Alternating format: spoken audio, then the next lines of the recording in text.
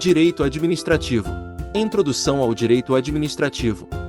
Fala, concurseiro incansável! Hoje vamos explorar o fascinante mundo do direito administrativo. Vamos entender os conceitos iniciais, suas fontes e o regime jurídico administrativo e muito mais. Vamos começar! Mas o que é o direito administrativo? Antes de definirmos o direito administrativo, precisamos entender que o direito se divide em dois principais ramos, o direito público e o direito privado. Vamos falar primeiro do direito privado. No direito privado, temos o particular, ou seja, o cidadão comum. Como eu e você. Aqui nós temos autonomia de vontade, ou seja, nós temos liberdade em nossas relações com outras pessoas. Por exemplo, podemos comprar um carro de alguém sem observarmos se vamos pagar caro ou não, e ninguém pode te obrigar a comprar algo só porque está mais barato. Além da autonomia de vontade, no direito privado nossas relações regem-se pela igualdade entre as partes, ou seja, da mesma forma que podemos comprar um carro pelo valor que desejarmos. A pessoa que estiver vendendo também tem liberdade para definir o preço do bem que estará vendendo. Por isso, disse que no direito privado temos uma relação horizontal entre as partes. Já no direito público, nós temos a presença do Estado, ou seja, temos uma desigualdade entre as partes, pois a administração pública possui um princípio que chamamos de supremacia do interesse público. Isso significa que, havendo um conflito entre a administração pública e um particular, o que deve prevalecer é o interesse público. Por isso disse que no direito público a relação entre a administração e o particular se dá de forma vertical. Esse é o resumo do que vimos até o momento. Então, aproveita aí, dá uma pausa no vídeo e copie em seu caderno ou material. Fontes do direito administrativo.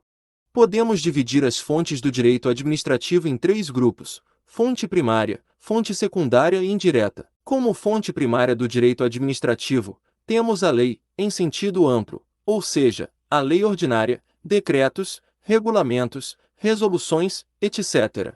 Podemos incluir como fonte primária as súmulas vinculantes, que nada mais são do que a decisão final do STF sobre determinada matéria, a qual irá refletir, ou seja, vincular as decisões futuras dos diversos tribunais espalhados pelo país. Logo, elas possuem peso de lei, pois são de observância obrigatória por parte dos tribunais.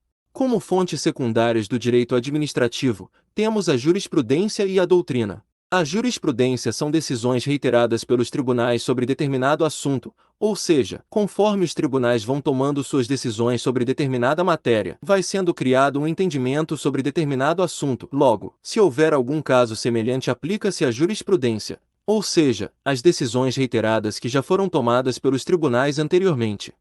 Por fim, temos uma fonte indireta no direito administrativo, que chamamos de costumes, que nada mais são do que um conjunto de regras que, apesar de não estarem escritas em lugar nenhum, são observados de maneira uniforme.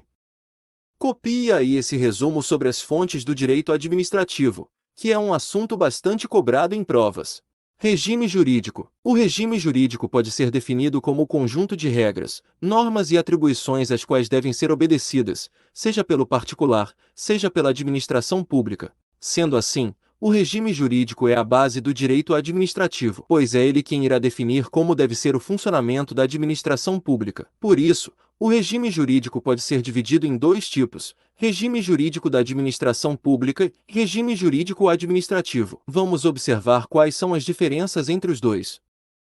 Quando falamos sobre regime jurídico da administração pública, significa que a administração pública pode reger-se tanto pelo regime de direito público como pelo privado. Já quando falamos sobre o regime jurídico administrativo, aqui temos que a administração pública irá reger-se pelo regime do direito público, os quais darão a ela o que chamamos de poderes em relação ao particular. Esses poderes são chamados de supremacia do interesse público. Porém, a administração também terá deveres, que chamamos de indisponibilidade do interesse público, ou seja, o patrimônio público é do povo. O administrador não pode dispor da coisa pública, pois ele não é o dono. Por exemplo, suponhamos que você pegue emprestado a moto do seu amigo e você decida vendê-la em uma garagem. Você não poderia dispor desse bem, pois ele não é seu, é do seu amigo. Assim como a prefeitura não é do prefeito, ele é apenas um agente público exercendo uma função pública. Então, aproveita para notar as diferenças entre o regime jurídico administrativo e o regime jurídico da administração pública. Elementos do Estado. Temos três elementos que formam um Estado: o povo, o território e um governo soberano. É um assunto pouco cobrado em provas, mas caso apareça alguma questão, grave esses três elementos na memória. Aproveitando que estamos falando sobre os elementos do Estado, vamos falar sobre um tema que é bastante cobrado em provas de concurso público, que são a forma de Estado, o regime de governo, a forma de governo e o sistema de governo. Vamos começar falando sobre a forma de Estado. A forma de Estado é a federação, ou seja, é formado por diversos centros de poder. Esses centros de poder são chamados de entes federados, que são formados pela União, Estados, Distrito Federal e municípios. A união desses entes federados forma o que chamamos de República Federativa do Brasil, que é soberana. Cuidado! Se a questão disser que a União, ou Estados, ou qualquer outro ente federativo possui soberania, estará errado, pois a única soberana é a República Federativa do Brasil, que é o conjunto dos entes federados.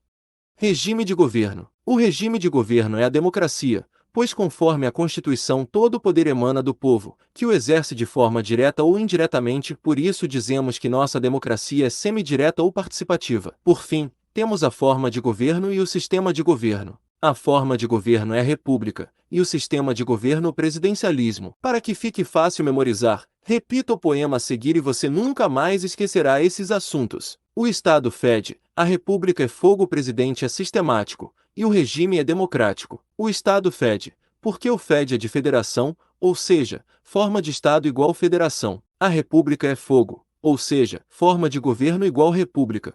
O presidente é sistemático, sistema de governo igual presidencialismo, e o regime é democrático, regime de governo igual democracia. Com isso, encerramos essa introdução a direito administrativo. Se curtiu, deixe seu like e não esqueça de se inscrever em nosso canal para mais conteúdos como esse.